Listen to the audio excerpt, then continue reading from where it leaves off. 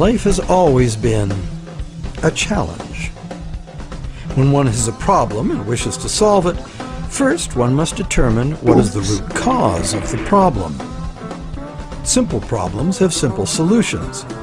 Complex problems are, well, more complex. An obvious problem with our current financial system is that it rewards greed and corruption. Greed and corruption seem to be everywhere.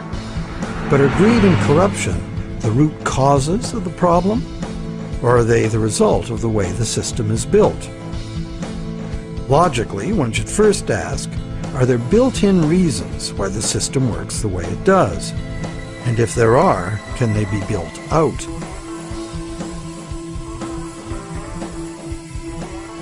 Some say the basic reason the system is unstable and leads inevitably to corruption is the charging of interest.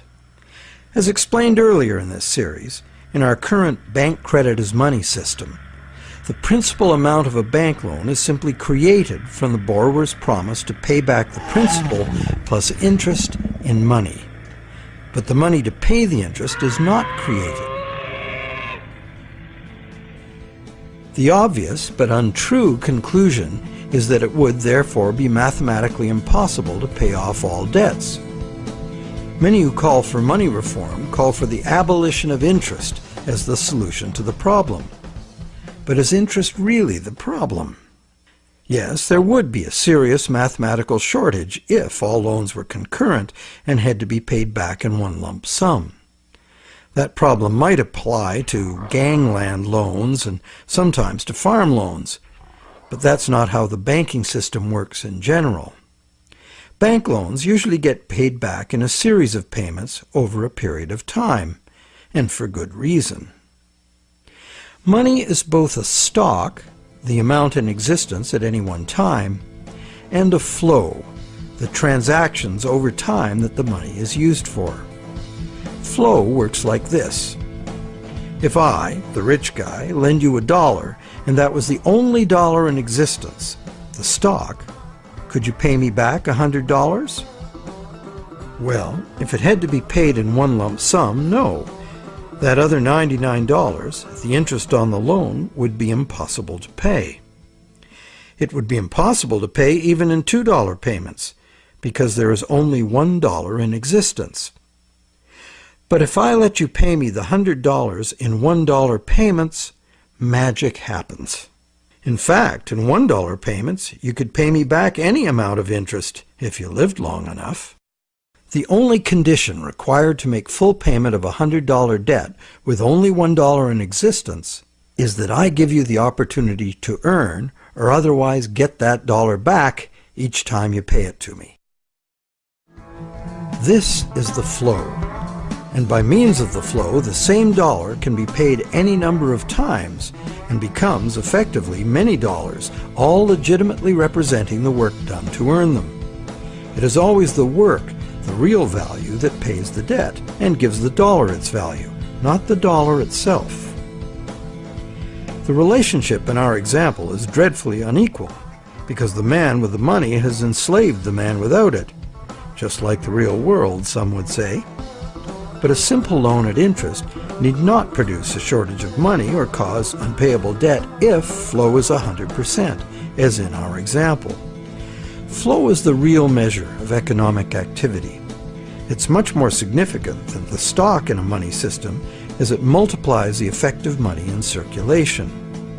Given that today we use an exclusively debt money system, what is flowing in all these transactions is credit or promises to pay money.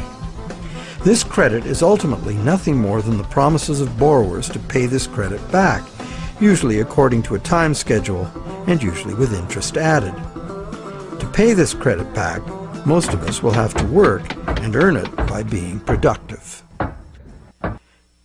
So, therefore, the real value of the money that flows in our economy today is created by our promises of future productive work. We take a loan in order to have something now rather than later. We agree to pay interest on into the future, thus reducing our future spending power, often by more than the amount of the original loan. However, with an understanding of flow, we see that there's no intractable arithmetic problem with the charging of interest. The problem is a social and systemic one. Lenders have neither obligation nor incentive to spend all their interest income so that the borrowers can earn it again and again. In fact, money lent once into existence is lent as existing money a second and a third time in expectation of more gain. The problem is basically one of incomplete recycling. Where money needs to be spent, earned, and used to extinguish the debt that created it, it is instead lent or invested for gain. In other words, money that must be extinguished is, instead, expected to grow forever.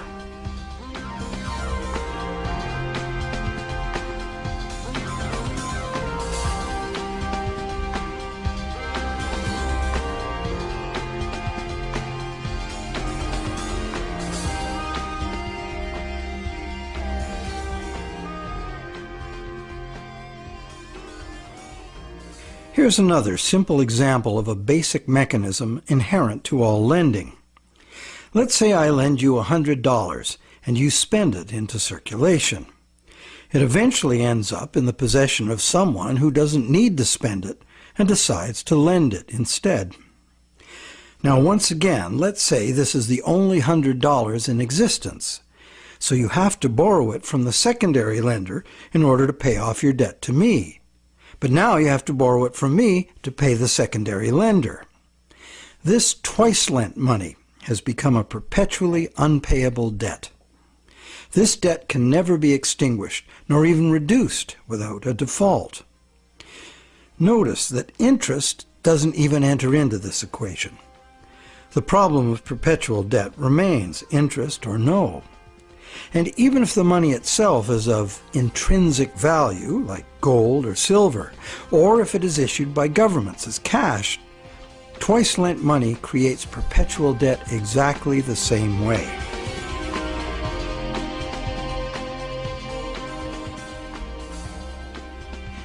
When the same money is lent at interest, several times simultaneously, not only is the debt perpetual, society as a whole is paying moneylenders multiples of the interest rate for the use of the same money. There's an expectation that existing money should increase indefinitely by being lent at interest. But this requires us to mentally divorce the money from the debt from which it came. However, the reality is, every dollar created today has a scheduled appointment to be extinguished as a principal payment on the loan that created it. And that's why debt money can't be separated from the debt that created it. It's like a yo-yo spun out into circulation in the economy for a while and then pulled back in at the appointed time. In order for the yo-yo to be free to return, all of the debt money needed to extinguish the debt has to be available to be earned. The flow must be complete. Can't we just pay off these debts with other money? But what would other money be? Today, the amount of physical cash and coin in circulation is very small. Almost all money is bank credit, debt money. So if almost all money comes into existence the same way, then it's valid to picture each debt money dollar as having its own cycle from creation to destruction. So, the question, can we pay off debts with other money? No, there is no other money, as all of it is similarly committed to debt in one form or another. Therefore, the only way to ensure current payments can be made is to constantly increase the total amount of money in the system. But more money in a debt money system means more debt, so the debt hole in reality just deepens. Since debt is money in this system, it creates the fantasy of wealth for a while, but fantasies must come to an end. The day of reckoning can be pushed back, but only by passing the debt on to generations yet unborn, which is precisely what we are doing now. Government debt piles up endlessly. Corporate debt piles up, consumer debt too. As long as total debt keeps increasing, the system can stay ahead of the debt monster. But all of this debt is an absurd fantasy that our descendants will surely never repay. Nor would they be advised to, as repayment of debt would eliminate the money stock and plunge the world into a depression. Once real growth levels off due to the inherent limits of human productivity or the limited resources of a finite planet, this growth-dependent money system can only resolve its impossible arithmetic in a destruction of value. This can either happen through a deflationary spiral of credit defaults and falling prices, or by the devaluation of the money unit. Taken to extremes, either course of events will destroy an economy and even a civilization.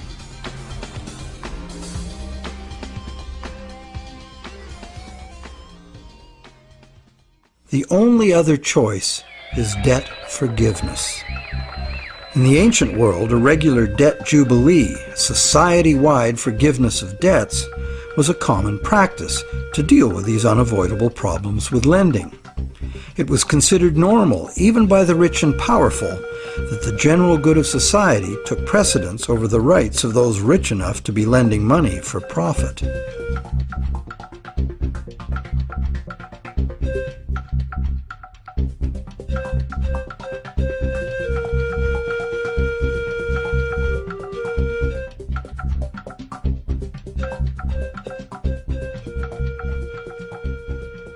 Some say that the money system's problems would be solved if we returned to using gold for money, or silver, or some other limited or hard commodity like oil or energy in general.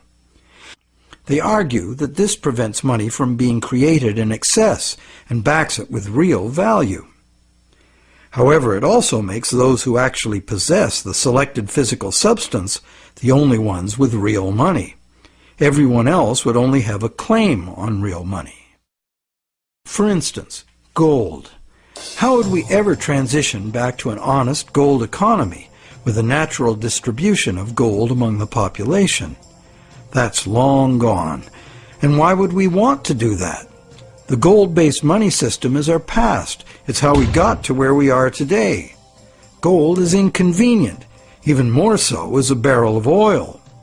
Therefore, whether gold or oil or kumquats, trade will be carried out in promises.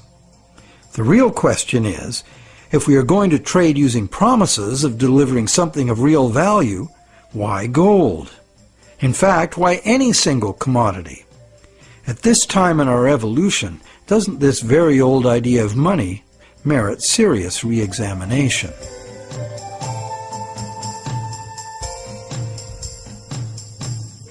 It can be argued that our current elastic debt money is backed by real value, every bit as meaningfully as gold. That's because money, most of which is created as mortgages, represents the value of the assets pledged as collateral. So is bank credit money actually a claim on the real estate pledged to create it? Not directly. Bank credit money can be a claim on anything. Now, anything includes the real estate pledged as collateral, so it can be a claim on the real estate that was pledged to create it.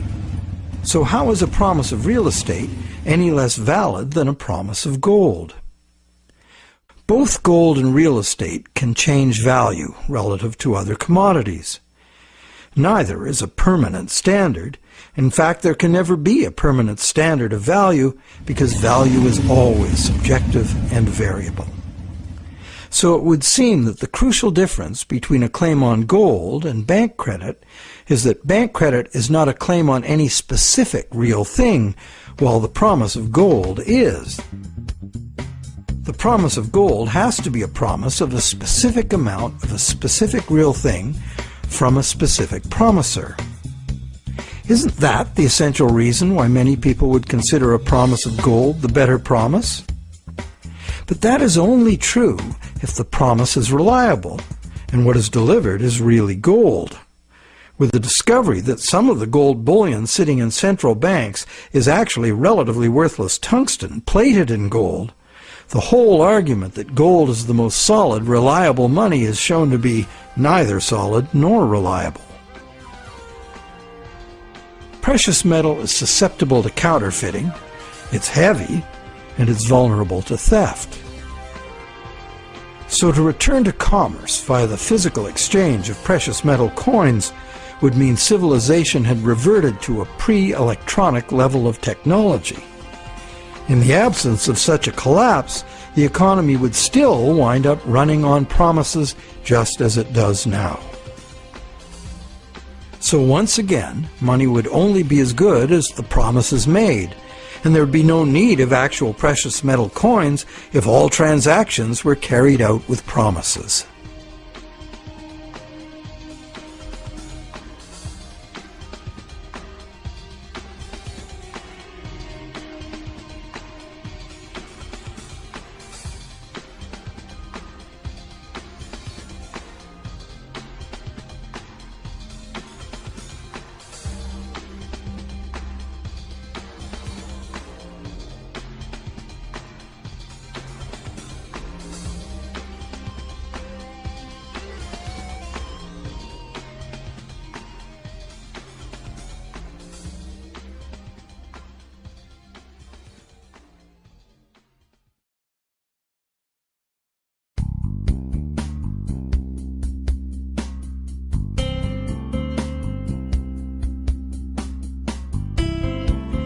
The fundamental question is, what does the need for money to enable trade have to do with the amount of some shiny metal there is, or the amount of any single natural resource or commodity, or real estate for that matter? Where is there any meaningful relationship between the functional need for money and any of these things? To answer that question, let's go back in time and find out when money started and why it became what it is today. We know that Stone Age people had money. In the Stone Age, before writing was invented, money had to be a portable object of value, because that was the only technology available. That's why rare shells and stones, from which jewelry could be made, were ideal as money. A rough standard of value for these money objects developed over large areas, enabling extensive networks of indirect trading. This way, people could obtain specialty items not available in their own environment, and look good doing it. The popular concept of jewelry